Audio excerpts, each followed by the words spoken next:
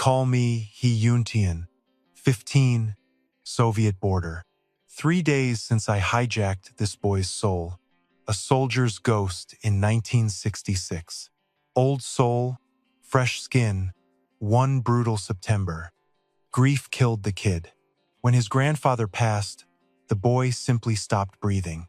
Alone since the war, Grandpa was his world. Now I scavenged to settle his debts. Locals handled the burial. In this wasteland, a funeral is a bill I won't ignore. This Soviet rifle is a rusted piece of junk. 43 rounds. My only inheritance. Gunfire draws monsters.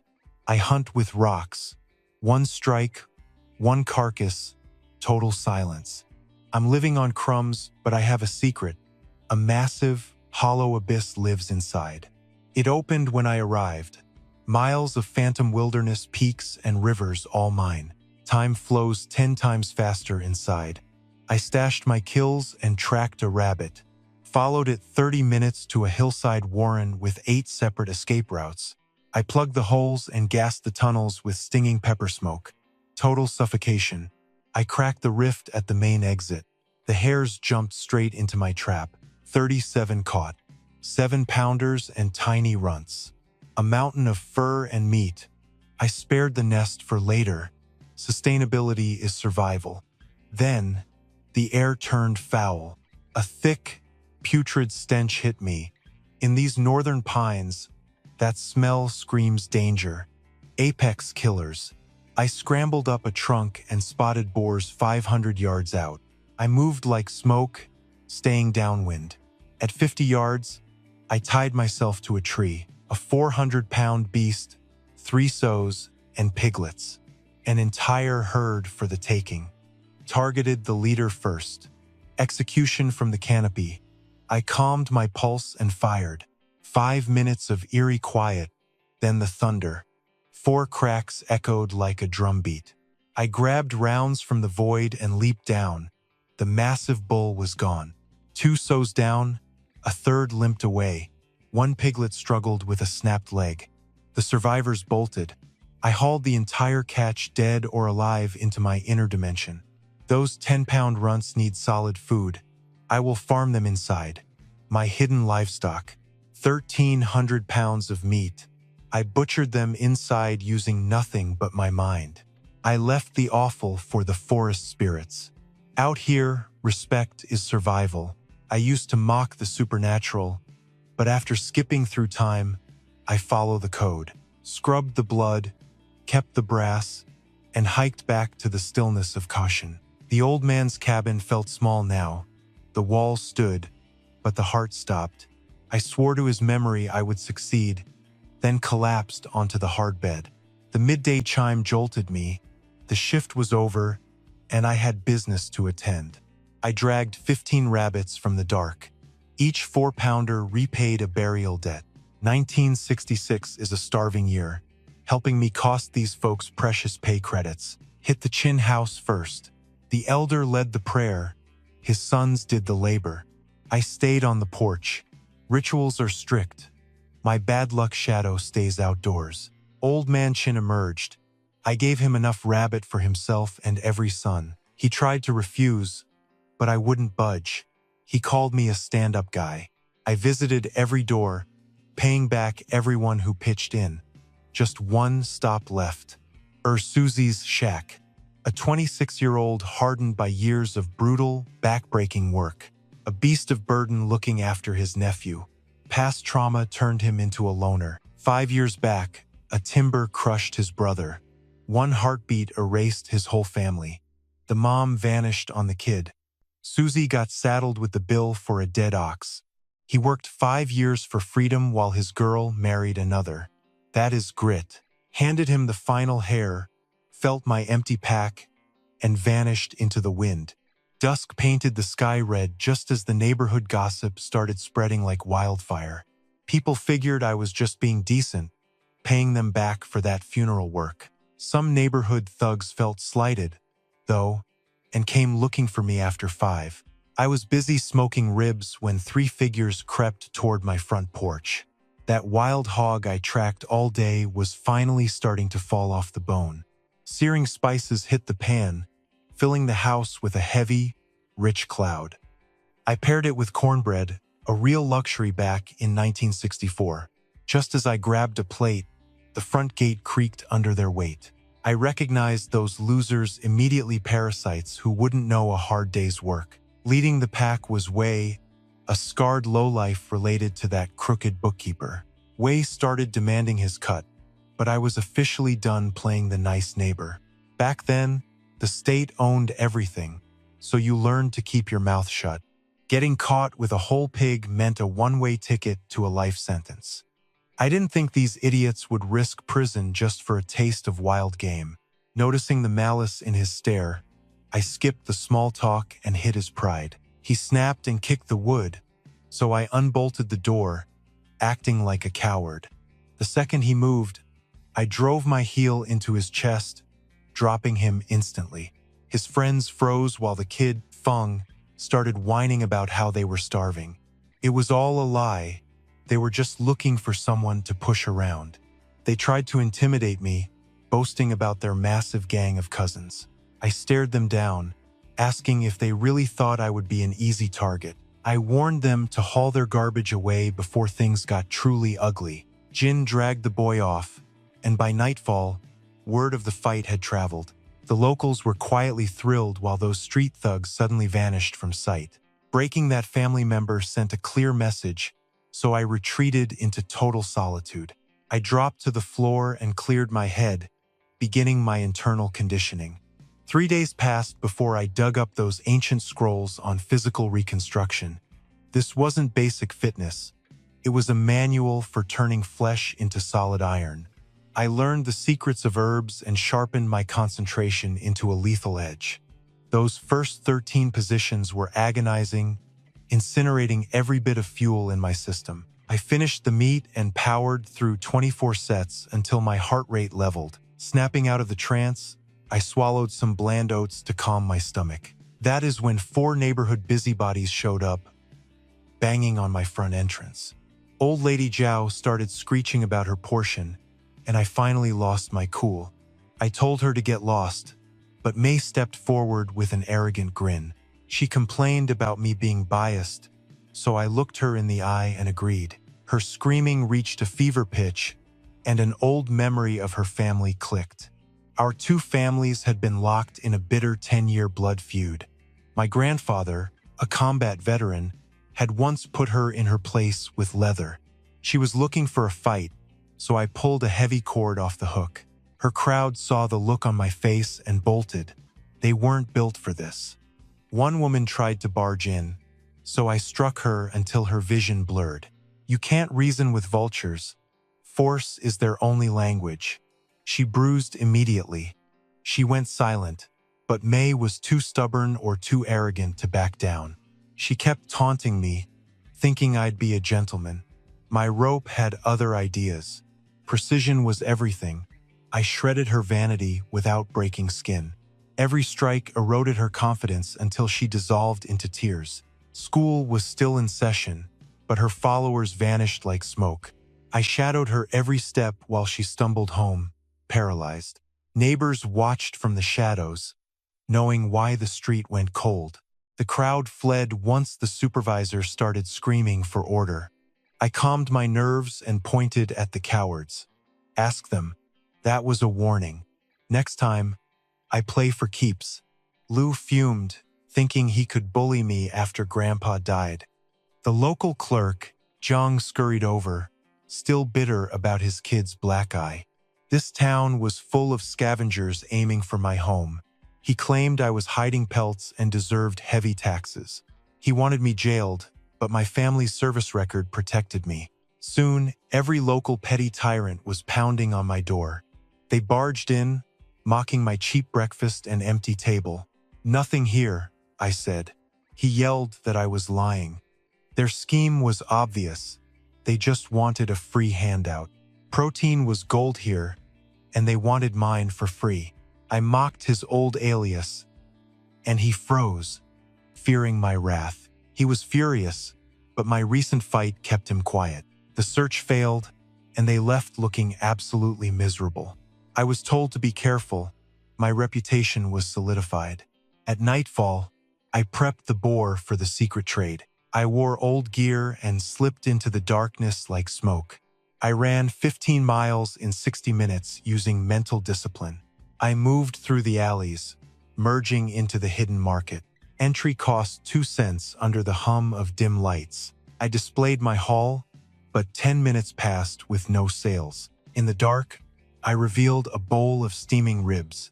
That aroma drew every starving person toward my stall. Buyers swarmed, paying $1 per pound of fresh meat. I made $130 and promised more soon. I lied about the stock, then looked for some birds. A masked man sold me a feisty rooster for $2. I ignored the hen. Her feet proved she was ancient. The next bird was lean and mean, a better buy. $5 bought both. Then a rough voice stopped me. He held a broken falcon that still had fire in its eyes. I paid $3 for the bird that was too weak. I fed the falcon and returned with 50 pounds of pork. 2 thugs stopped me, saying their boss wanted a word. They took me to a bar to see Greasy Boss Jew. He offered a joke of a price while his men circled. I saw their hidden weapons and decided to strike them first. I snatched both thugs, smashing their skulls together before they even tasted the hardwood. I pinned Wu with a table, then folded him with a lightning-fast jab to the throat. A bucket of freezing water woke him right into the business end of my 9mm. He broke instantly, pinning the whole corrupt operation on his uncle, that high-ranking snake, Chang Fong. The old man ran the valley, a fortress fueled by the blood of career criminals. I picked the others apart. It was the same sad song this city was poisoned. They were bottom feeders, so I grabbed the data and ended their run permanently. Survival was unlikely for them. Just then, a wobbly floor plank caught my eye. Beneath it sat a horde of Eastern European tactical gear, wool blankets, and premium whiskey. I pulled out 10 semi-automatics, heaps of ammunition, vintage rifles, and several hand grenades.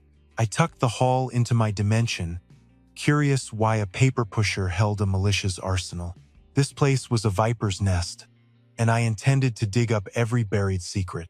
Leaving those cowards, I cleared the perimeter fence and vanished into the pitch-black night. Using a stolen light to clear the halls, I killed the main breaker and retreated. I hiked the woods for an hour, feeling eyes watching me until I hit my porch. I slipped past the neighbor's hounds, scrubbed the blood off, and slept before counting the loot. I rose at 8:00 sharp, feeling lethal and ready to conquer the morning. Glancing at my new timepiece, I entered the stash room to tally the night's profit.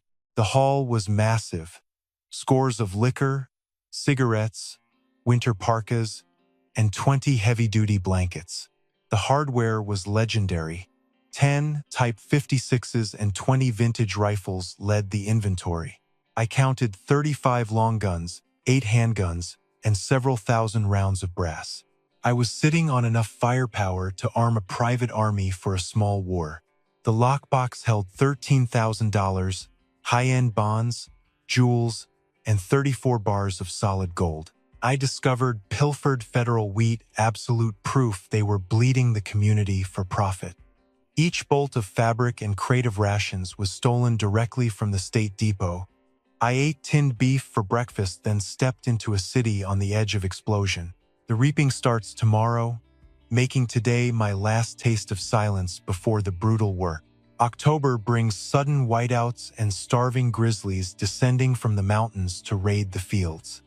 To protect the supply, teams of marksmen are deployed for overnight field security details. I considered signing up for bonus points, but I lacked the necessary hunting credentials. Around 3 in the afternoon, 3 outlaws arrived, clearly acting as local syndicate enforcers. They were hunting for black market suppliers, and I felt the noose tightening around me.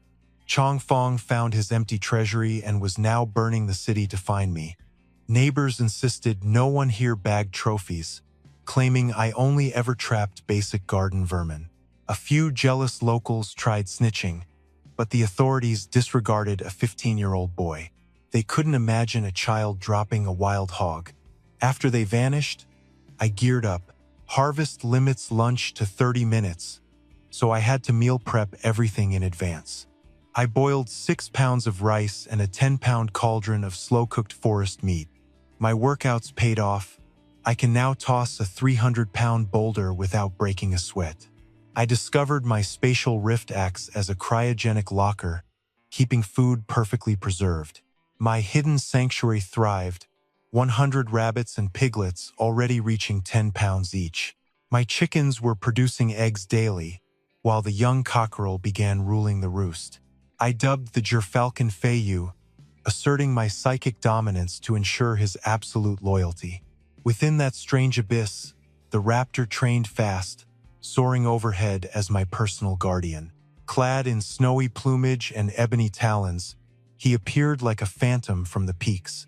My hawk, Feiyu, was Lord of the Blue, a pedigreed killer ruling the heavens on his own terms.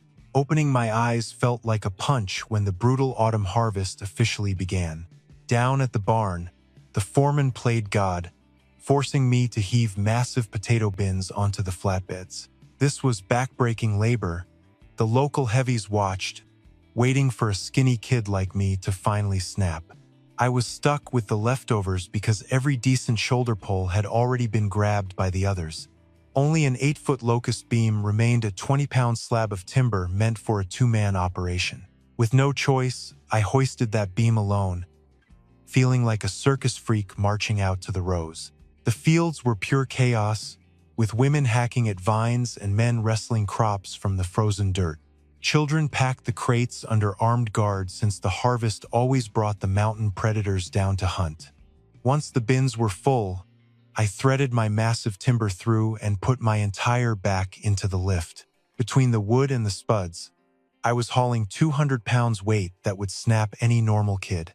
But my secret training and high-protein diet had turned my frame into a machine designed for this misery. My first steps were shaky, but I quickly found my center and locked into a relentless, driving pace. I breathed through the strain, treating the job like a workout and manhandling that beam with one hand. The load felt like nothing against the adrenaline. By midday, the crew finally stopped to grab some food. I vanished into the cornstalks, slipping away to inhale 2 pounds of pork and rice in total secrecy. My metabolism was a raging furnace, and through my strange focus, barely 5 minutes had actually passed. Stepping back out, the grim reality hit hard as the lucky few gnawed on dry bread and weeds. Most lived on watery soup during the famine months until Chin Yong signaled for me to join them. The Chins had a real spread of bread and rabbit, the very game I had been poaching for them. They offered me a seat, but I declined, unable to take a single bite of their winter survival stash. The old man huffed at my refusal, but then the wind shifted, carrying a foul, musky scent of rot. A massive shadow burst through the corn, a feral hog with bloodshot eyes burning with pure, murderous intent. It aimed for the grandmother's back. I roared a warning, threw my beam to distract it, and charged. I grabbed the wood, smashed the beast's skull, and jammed the timber down its throat as it lunged. The monster bit down, locking its jaws perfect, so I seized the end and launched the entire animal skyward. It weighed at least 150 pounds, but felt like air as the whole field went dead quiet. I whipped that hog like a rag doll before slamming it into the mud, burying its legs in the sludge. Blood sprayed from its snout as the beast finally let go of the mangled, splintered locust wood. As it tried to flee, I brought the beam down like a sledgehammer, crushing its skull until it died. The village froze. The 4 punks who had been riding me looked like they'd just seen a ghost. They realized I'd been playing nice. If I'd used this beam instead of rope, they would be buried. The bullying ended that day as stories of the boar slayer roared through the hills like a wildfire. Skepticism vanished when the guards saw the kill, and the captain ordered an immediate feast for the town. Meat was divvied up by head count, and by the afternoon, my heavy crates felt light as feathers. My hard work was paying off until a skinny man with yellow teeth and a shotgun blocked me. That was Huang number 2, one of the last seasoned hunters left in this godforsaken village. He claimed he wanted to mentor me, but I saw right through his greasy, forced smile. He wasn't looking for a student. He wanted a human shield to do the work while he stole credit. I smelled a trap. I knew his nephew had died in the brush under some very dark circumstances. If he'd sacrifice his own kin, he'd bury me besides. I had my own secrets to keep safe. If I am heading into the high peaks, I am going solo, just me, a dog, and my wits. I decided then to find a pup while Huang kept pushing, promising me a spot on the guard. I shut him down hard, saying I wasn't interested, and to find another sucker to bleed dry. He snapped, calling me a brat, so I gripped my timber and stared him down. I am he. Ready? He flinched, realizing I wouldn't fold, yet his gaze spat pure venom. I'd officially marked myself. Punching out meant payday. Hauling scrap iron usually cleared me exactly 12 credits. Silence smothered the room when the pen pusher slid over 6. Everyone witnessed my sweat. Maintaining composure, I demanded an explanation. He just tapped the book, muttering about rookie caps. Maybe when the old man breathed and I was green.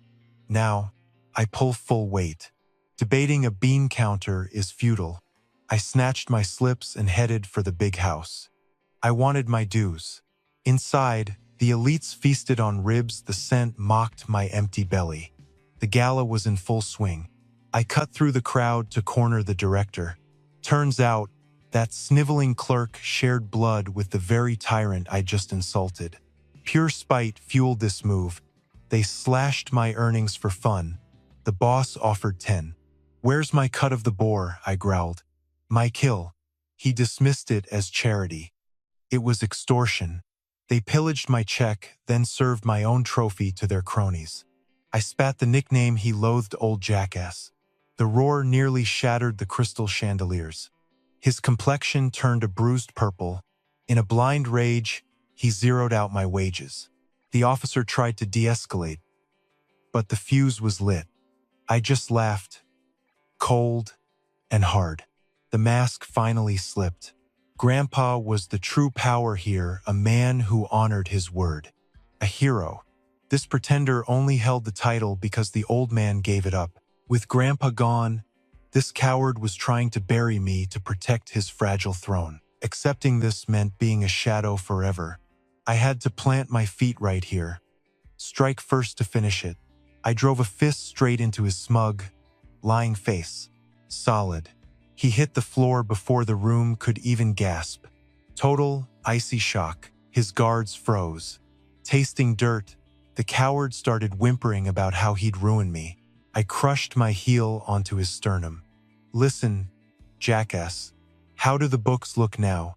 And that boar? Still a free lunch?" I leaned in, letting him feel my weight.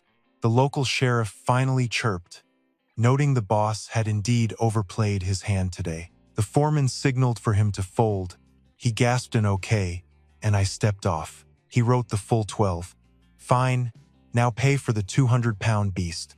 He started begging, swearing the animal was only 150 pounds at most. Maybe, but I didn't care. "Fetch the scales." I spat. He looked utterly broken. "It's in the pot," he cried. He thought bullying a kid was easy. Big mistake. His pride was toast. I made it clear my labor wasn't some local tax write-off. I invoked the code, half for the village, half for the man who fired. By those numbers, my share hit exactly 1,000 credits. I gifted my portion to the neighbors. This rat wasn't using my sweat for clout. The clerk logged 1,000 points. I turned my back on their banquet and left. The sergeant pleaded for me to stay. I told him I don't feed with wolves. It hit me then just how deep the corruption actually ran in this place. They were bleeding everyone dry to line their pockets. I was just the latest victim. He couldn't touch me legally. My father died a hero on the front lines. As a martyr's son, I was untouchable. He had to play a much slower game. I skipped the next shift. Armed with my grandfather's name and a massive balance, we held 3,000 points. Food was secured for 12 months. Sleeping in didn't help. Wandering the woods without dogs or fresh tracks was useless. The brush was lethal. Hungry wolves were out there, hunting for anything that moved. I set my sights on the next town straight into the lion's den of my enemies. Heart racing, I watched my drone, Viper, circle the penthouse for surveillance. We were synced by brain wire, the jagged mark of my past disgrace. I tapped the video feed, scanning every window from 4 blocks away. A 56 and a 1911 felt heavy and cold in my pockets. This tech was my only edge. Otherwise, I was walking into a grave. Only 2 exits existed: the high-security front desk or the service elevator. It was a glass fortress. 1 hour later, I was scaling the masonry. I spotted the patrols, but those hidden snipers meant I was in trouble. You only hire professional killers when your past is soaked in blood. My old life was boring. I lived for this danger. I went in. The office workers looked like zombies, their desks feeding off their souls. Near the main office, thick steel gates protected the building's dark heart. That was the target. I slipped through the back, silent as a ghost. A distant siren nearly shook me, just a local ambulance driving past us. Real monsters do not growl before they strike. True killers just hunt. They just delete you. I needed that evidence to clear my reputation.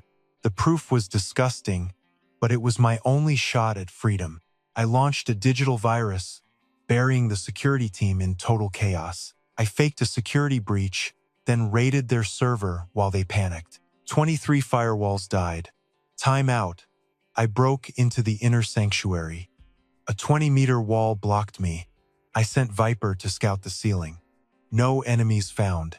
I hooked my harness and let the drone lift. We hit incredible speeds. For a second, the sky belonged to me. In a world of victims, I was the hunter. I landed softly.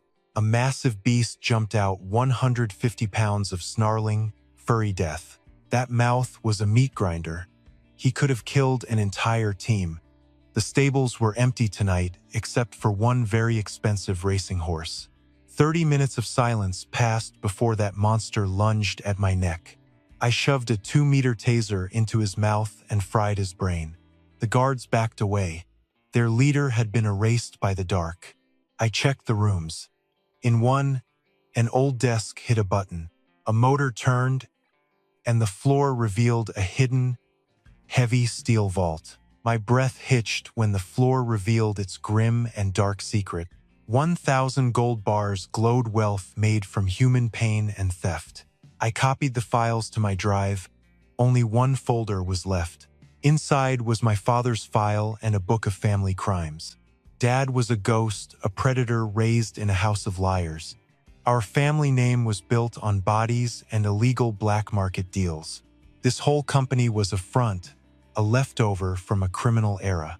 He'd bought his respect, bribing the feds with his tainted blood money.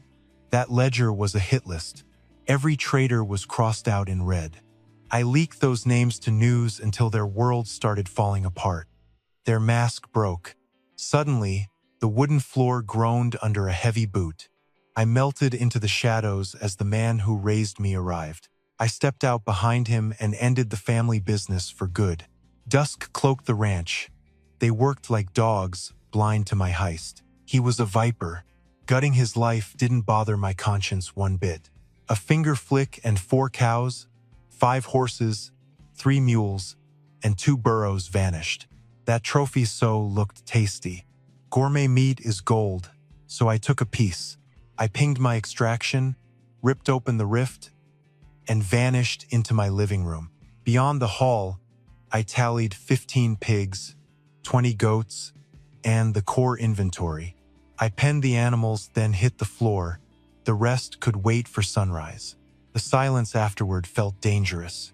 Beware a hound that suddenly goes quiet. Wood was low. Facing 5 months of 40 below, I headed for the peaks. That cosmic crack simplified woodcutting. I drop a trunk and see it phase away. Zero effort. I grabbed huge seasoned logs worth 5 normal loads each. My axe struck a hollow, spilling nuts. One ticked-off squirrel began shrieking. Jackpot. I pinched 3 pounds of their hoard and kept moving. I spent all day raiding nature's pantry until the sun finally dipped. Critters lose track of their hoards. I wasn't leaving them to rot.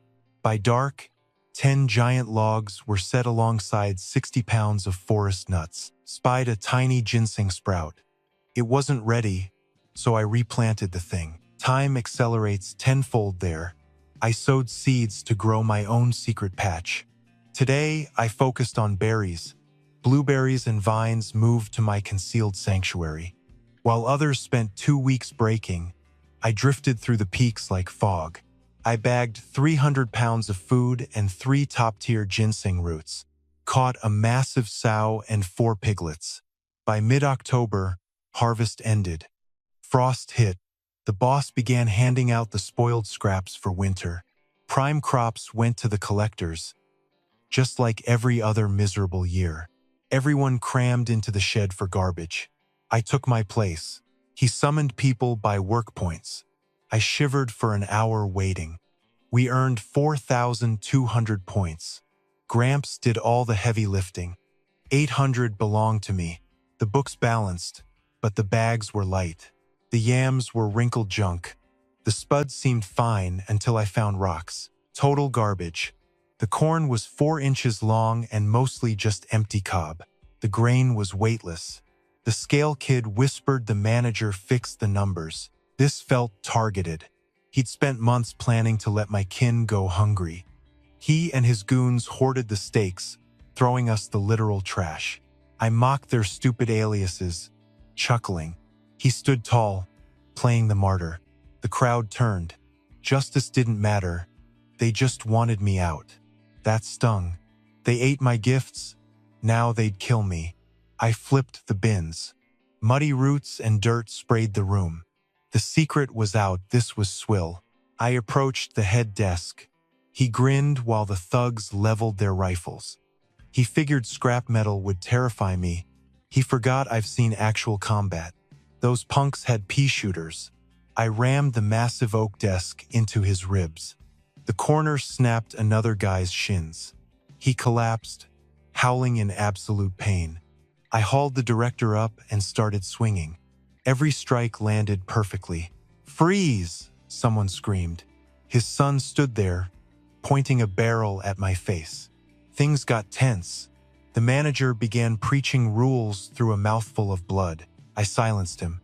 My boot buried in his stomach, turning him into my shield. Gramps tripped.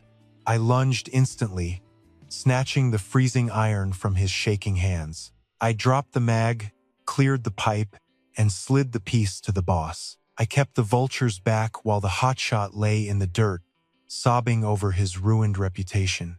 I played them perfectly. Every witness saw my hands were clean, giving me a solid alibi. I shredded his pride, mocking his flashy gear as cheap theater props until the crowd howled. Rumor was a decade of marriage left him childless. He looked absolutely destroyed. I gestured to the ground slime, asking if he really expected me to feed like some animal. He cracked, babbling about filing errors because he was too terrified to admit they'd tried to burn me. When he talked sense, I stepped back and made him count every bit of my payment. The score: 300 pounds of yams, 100 of russets, corn, sorghum, and grain. The coward actually sent 2 of his goons to haul those heavy sacks to my door. He was desperate for silence before the neighbors revolted over their vanishing rations. I locked the haul away. The corn was for spring since my livestock were walking skeletons. 4 big boars remained. My domestic hogs were market-ready, so the wild ones were next. I planned a midnight meat run. Around 8, I prepped the glider and banked toward the village. Miles out, a light pierced the dark. Some guy was pedaling furiously. I dived for a look. It was the old man's middle boy, struggling with a bike weighed down by a massive bag. A midnight delivery? Something was fishy.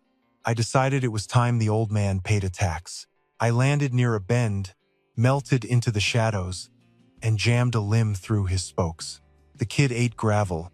Before he could react, I choked him out until his lights went dark.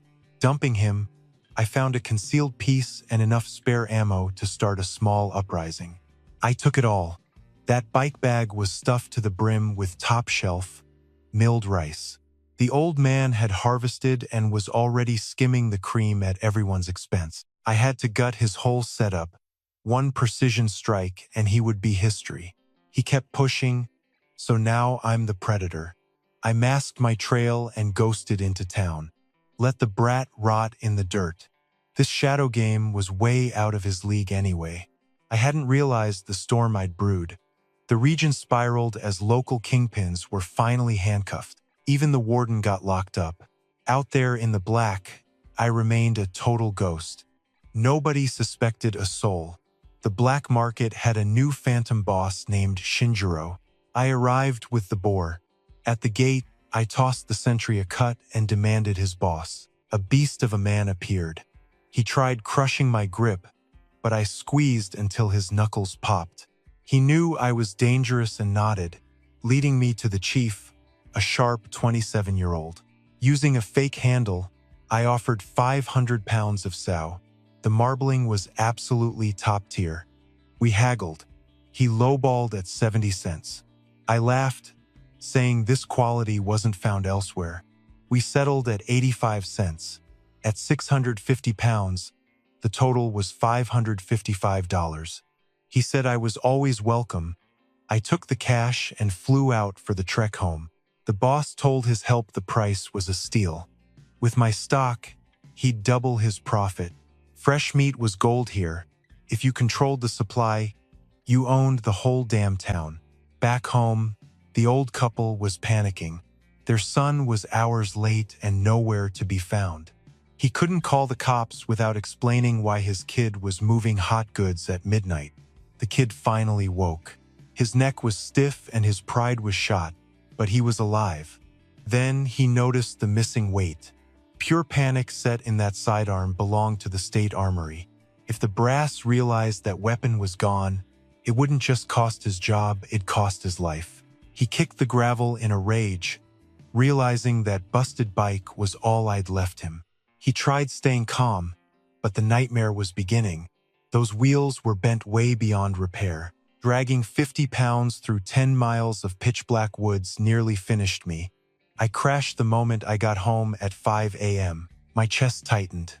Boosting gear is one thing, but a service rifle? They would put me against a wall for that. The annual audit is near. Once they see that missing serial number, the state will have my head on a platter. I had to find a decoy and pray the brass didn't check closely.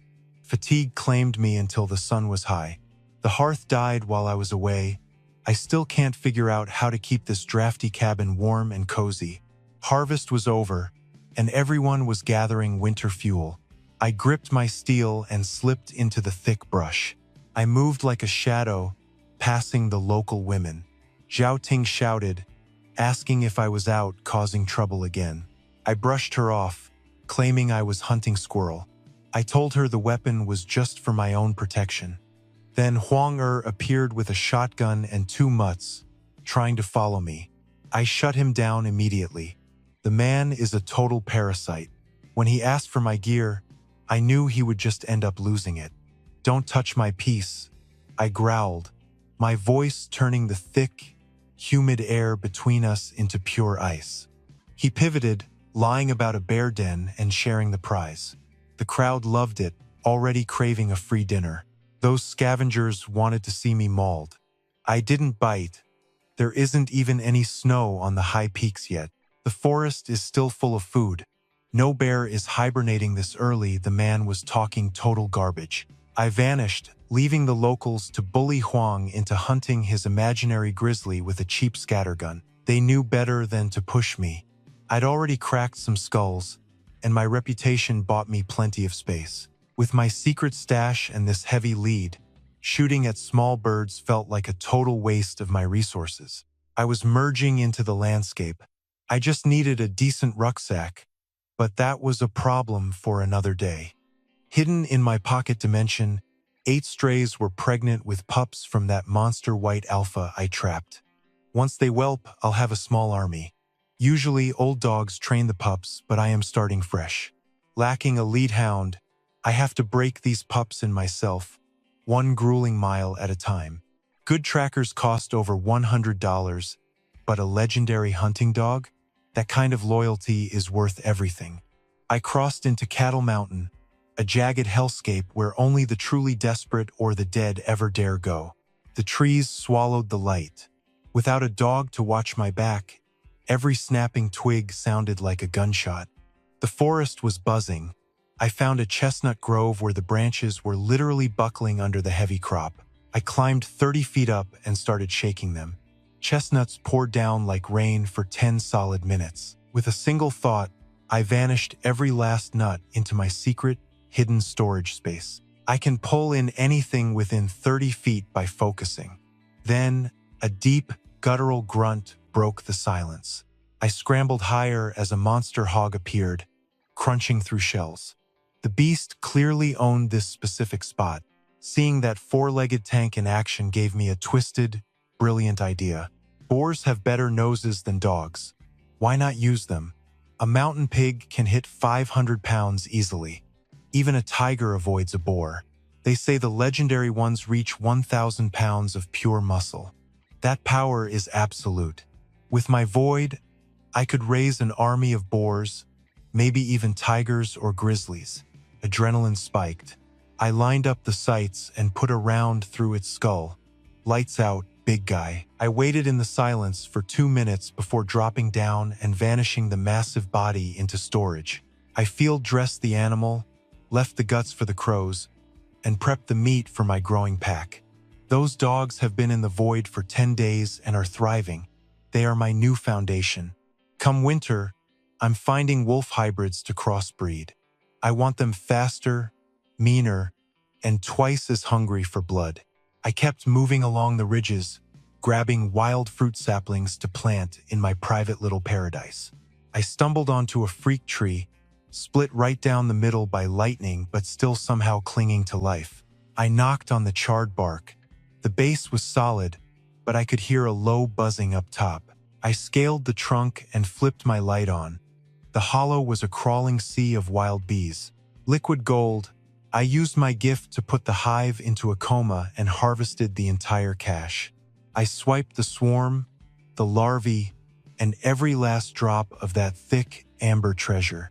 Nearly 160 pounds of comb, netting me 50 pounds of honey worth $150. Let's move. Gramps taught me the woods just enough to never miss my mark. 6 miles in, I found a herd gorging before winter. The wind shifted, alerting the alpha. 500 pounds of fury charged like a freight train, piglets squealing behind him. 5 boars, 4 sows, and 12 piglets followed that massive tusker into the kill zone. They closed 100 yards fast. I drew my iron, racked a shell, and floored the king. My first mag went dry. I snatched the backup. No time for a smooth reload. 30 shots later, the king and 11 others lay dead. 12 total. I wiped cold sweat away. Way too close. Half a mile out, Huang Er heard the gunfire and came scavenging for leftovers. A mist hog lunged from the brush. He fired birdshot, only managing to nick the beast. His dog, Big Wolf, held ground but took a fatal throat wound. The hog slipped into shadows. Huang lost an expensive mutt for 0 gain. Reaching the clearing, he found only bloodstains. I cleared every casing and every scrap of meat. He stomped off in a quiet rage. Close to town, I spotted a plump pheasant, too weighed down by winter feathers to fly. I leveled my bolt action, my only legal gun, and took its head, using the bird as a front. In my hidden shed, I butchered those 12 swine.